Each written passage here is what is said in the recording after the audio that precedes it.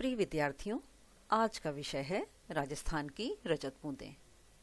तो इस पाठ के दूसरे भाग में हमने देखा कि रेजानी पानी खड़िया पट्टी के कारण पाताली पानी से अलग बना रहता है और यदि ऐसी पट्टी का अभाव है तो रेजानी पानी धीरे धीरे नीचे जाकर पाताली पानी में मिल जाता है। यदि किसी जगह भूजल पाताली पानी खारा है तो रेजानी पानी भी उसमें मिलकर के खारा हो जाता है। तो प्रस्तुत है पाठ का अगला अंश। इस विशिष्ट रेजानी पानी को समेट सकने वाली कुई बनाना सचमुच में एक विशिष्ट कला है। तो रेजानी पानी को समेट करके कुई बनाने की कला अपने आप में एक विशेष कला है। 4-5 हाथ के व्यास की कुई को 30 से 60-65 हाथ की गहराई तक उतारने वाले चिजारों कुशलता और सावधानी की पूरी ऊंचाई नापते हैं। तो चिजारों बहुत कुशलता और सावधानी से काम करते हैं और पूरी ऊंचाई नापते हैं। चेजो यानी जो चिनाई का काम होता है, चिनाई अर्थात चूने पत्थर आदि से जो पक्का किया जाता है का श्रेष्ठतम काम ही कुई का प्राण है। जितनी अच्छी चिनाई की जाती है उतनी ही अच्छी कुई बनती है। तो चिनाई ही कुई का सबसे महत्वपूर्ण भाग है, उसका प्राण माना जाता है। इसमें यदि थोड़ी सी भी चूक होती है तो वह चिजारों के प्राण ले सकती है। हर दिन थोड़ी थोड़ी खुदाई होती है। डोल से अर्थात बाल्टी या अन्य बर्तन से मलबा निकाला जाता है और फिर आगे की खुदाई रोककर अब तक जो काम हो चुका है उस काम की चिनाई कर दी जाती है। वहां तक के काम को चूने और पत्थर आदि से पक्का कर दिया जाता है ताकि मिट्टी भसके नहीं, भसके यानी भरभरा कर मिट्टी गिरे नहीं और या फिर धंसे नहीं। 20-25 हाथ की गहराई तक जाते जाते जमीन के अंदर गर्मी बढ़ जाती है और हवा भी कम होने लगती है। तब ऊपर से मुट्ठी भर भर कर रेत तेजी से नीचे खोदी गई जगह पर फेंकी जाती है। मरुभूमि में जो हवा रेत के विशाल टीलों तक को यहाँ से वहां उड़ा देती है, वही हवा यहाँ कुई की गहराई में एक मुट्ठी रेत से उड़ने लगती है। तो एक मुट्ठी रेत जो फेंकी जाती है उस रेत से जो कुई के अंदर की गर्म हवा उड़ने लग जाती है और पसीने से नहा रहे चेलवांजी, पसीने से तरबतर हो गए चेलवांजी को वह हवा राहत दे देती है। कुछ जगहों पर कुई बनाने का यह कठिन काम और भी अधिक कठिन हो जाता है। वह इसलिए क्योंकि किसी किसी जगह पर ईंट की चिनाई से मिट्टी को रोकना संभव नहीं हो पाता, क्योंकि किसी किसी जगह पर ईंट और चूने आदि से जो पक्का करते हैं उससे मिट्टी को रोकना संभव नहीं होता। तब कुई को एक दूसरे तरीके से बांधा जाता है और वह है कि कुई को रस्सी से बांधा जाता है। पहले दिन कुई खोदने के साथ साथ खीप एक प्रकार की घास जिसके रेशों से रस्सी बनाई जाती है। तो पहले दिन कुई खोदने के साथ साथ खीप नाम की घास का ढेर जमा किया जाता है। चिजारों खुदाई शुरू करते हैं और बाकी लोग, अन्य लोग खीप घास की से कोई 3 अंगुल मोटा रस्सा बटने लगते हैं मतलब रस्सा बनाने लगते हैं, मोटा रस्सा। पहले दिन का काम पूरा होते होते कोई 10 हाथ गहरी हो जाती है और इसके तल पर दीवार से सटाकर रस्से का पहला गोला बिछाया जाता है। तो जब गहरी कुई हो जाती है तो जो उसका तल है वहां दीवार से सटाकर रस्से पर पहला गोला बिछा दिया जाता है। फिर उसके ऊपर दूसरा, तीसरा, चौथा, इस तरह ऊपर आते जाते हैं, अर्थात रस्से का गोला बनाते जाते हैं और दीवार से किनारे किनारे सटाते जाते हैं। खीप घास से बना खुरदुरा मोटा रस्सा हर घेरे पर अपना वजन डालता है और बटी हुई जो लड़ियां हैं एक दूसरे में फंसकर मजबूती से एक के ऊपर एक बैठती चली जाती हैं। तो रस्से का आखिरी छोर ऊपर रहता है, यानी ऊपर से रस्सी को गोल गोल एक दूसरे के ऊपर बैठाते जाते हैं। अगले दिन फिर कुछ हाथ मिट्टी खोदी जाती है और रस्से की पहले दिन जमाई गई कुंडली दूसरे दिन खोदी गई जगह में सरका दी जाती है। अर्थात दूसरे दिन जो कुछ हाथ मिट्टी खोदी जाती है तो जो जमाई गई रस्सी की कुंडली है यानी गोल गोल घेरा है उसको दूसरे दिन खोदी हुई जगह पर खिसका दिया जाता है, वहां सरका दिया जाता है। ऊपर छोटी दीवार पर अब नया रस्सा बांधा जाता है।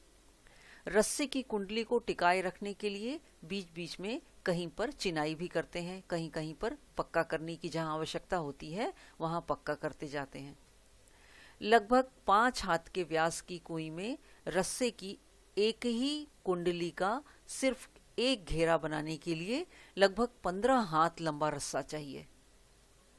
तो 5 हाथ के व्यास में कुएं की एक कुंडली यानी एक गोलाई बनाने के लिए, एक घेरा बनाने के लिए लगभग 15 हाथ रस्से की आवश्यकता होती है। 1 हाथ की गहराई में रस्से के 8-10 लपेटे खप जाते हैं और इतने में ही रस्से की कुल लंबाई 150 हाथ हो जाती है। अर्थात अत्यधिक लंबे रस्से की आवश्यकता पड़ती है। अब यदि 30 हाथ गहरी कुएं की मिट्टी को थामने के लिए रस्सा बांधना पड़े तो रस्से की लंबाई 4000 हाथ के आसपास बैठती है। और नए लोगों को तो यह समझ में भी नहीं आएगा, नए लोग तो यह समझ भी नहीं पाते कि यहाँ पर कुएं बन रही है कि या फिर रस्सा बन रहा है। अब इतने अधिक रस्से की आवश्यकता होती है कि अन्य लोग जो हैं वो ये समझ ही नहीं पाते कि यहाँ पर कुएं बनाने का काम चल रहा है या फिर रस्सा बनाया जा रहा है। कहीं कहीं न तो ज़्यादा पत्थर मिलता है और न ही खीप घास ही मिल पाती है, लेकिन रेजानी पानी यदि वहाँ पर है तो वहाँ भी कुइयाँ जरूर बनती हैं। तो ऐसी जगहों पर जहाँ पर न तो पत्थर है न खीप घास है, तो ऐसी जगहों पर जो भीतर कुएं के भीतर की जो चिनाई है वह लकड़ी के लंबे लट्ठों से की जाती है। एक और तरीके से की जाती है, वह है लकड़ी के लंबे लट्ठों से की जाती है। लट्ठे यानी मोटे मोटे तने से की जाती है। और ये लट्ठे अरणी, बड़ यानी जिसको कैर कहा जाता है, बावल या कुम्बट, ये सब पेड़ हैं। ये पेड़ों के प्रकार हैं। तो लट्ठे अरणी के पेड़ से, बड़ या कैर का पेड़, बावल या कुम्बट के पेड़ों की डगालों यानी मोटी टहनियों से बनाए जाते हैं। इस काम के लिए सबसे उम्दा यानी अच्छे किस्म की जो लकड़ी है वह अरणी की ही होती है। पर उम्दा या मध्यम दर्जे की भी लकड़ी न मिल पाए तो आक तक से काम चला लिया जाता है। आक यह भी एक लकड़ी है। तो यदि अच्छे किस्म की लकड़ी न मिल पाए, जो अच्छे किस्म की लकड़ी अरणी है वह न मिले, तो मध्यम दर्जे की लकड़ी भी यदि न मिल पाए तो आक तक की जो एक सामान्य लकड़ी है इससे भी काम चला लिया जाता है। नीचे जो खुदाई और चिनाई का काम कर रहे चिलवांजी को मिट्टी की खूब फर्क रहती है। वह मिट्टी को अच्छी तरह से समझता है और खड़िया पत्थर की पट्टी आते ही सारा काम रोक दिया जाता है। इसी क्षण नीचे धार लगा दी जाती है कि पानी जो है वह कुएं में भर सके और चिजारो जो है वह ऊपर आ जाते हैं। जो कुशल काम करने में कुशल चिजारो है वह ऊपर आ जाते हैं। कुएं की सफलता यानी सजलता, कुएं की सफलता तभी है जब उसमें जल आ जाए। तो सजलता उत्सव का अवसर बन जाती है। कुएं में पानी भरना यह अपने आप में एक उत्सव का अवसर बन जाता है। और यूं तो पहले दिन से ही काम करने वालों का विशेष ध्यान रखना ये राजस्थान की यहाँ की परंपरा है। पर काम पूरा होने पर तो विशेष भोज का आयोजन होता था। यानी पहले लोग जो है जब कुएं बन जाती थी और कुएं में जल भर जाता था तो पहले दिन से ही चिजारों का ध्यान रखना की तो परंपरा थी ही, लेकिन काम पूरा होते ही एक भोज का आयोजन किया जाता था। चिलवांजी को विदाई के समय तरह तरह की भेंट दी जाती थी। चिजारों के साथ गांव का यह संबंध उस दिन नहीं टूट जाता था। यानी चिजारो जो इतने दिन से काम कर रहे वह कुएं में पानी आ जाने के साथ ही गांव से उसका संबंध समाप्त नहीं होता था।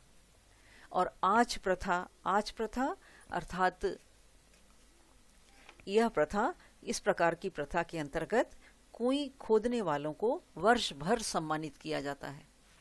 तो जो आज प्रथा जिससे कुएं खोदने वालों को पूरे वर्ष भर सम्मान प्राप्त होता है, तो उस प्रथा के अनुसार उन्हें वर्ष भर के 30 त्योहार में, जो भी 30 त्योहार पड़ रहे हैं, चाहे विवाह जैसे मंगल अवसरों पर नेग भेंट दी जाती, उन्हें नेग यानी जो शुभ अवसरों पर दिया जाने वाला नेग और भेंट उपहार दिया जाता। और फसल जब आती तो फसल आने पर खलियान में जो अनाज का भंडार है उसमें उनके नाम से अनाज का एक ढेर भी अलग से लगा दिया जाता था। तो कहने का तात्पर्य यह है कि कुएं बनाने वाले चिजारों का बहुत सम्मान किया जाता था और उन्हें सिर्फ कुएं बनाने तक ही उनसे संबंध नहीं रहता था, यानी कुएं बनने के बाद भी जो है उनका सम्मान किया जाता था। तो अनाज आदि का एक ढेर भी उनके नाम से अलग कर दिया जाता था और उन्हें उपहार के रूप में दिया जाता था। लेकिन अब रिवाज बदल गया है, अब सिर्फ चिजारों को मजदूरी देकर भी काम करवाने का रिवाज आ गया है। तो इस प्रकार कुएं बनाने का काम कई तरीके से किया जाता है। खीप घास से रस्से के द्वारा या फिर लकड़ी के लट्ठों का सहारा देकर कई कुएं बनाने का काम किया जाता है। तो यह था पाठ का अंश। आशा है इतना अंश आपको अच्छी तरह समझ में आ गया होगा। पाठ का अगला भाग हम चौथे भाग में पढ़ेंगे। तो आज के लिए इतना ही। धन्यवाद।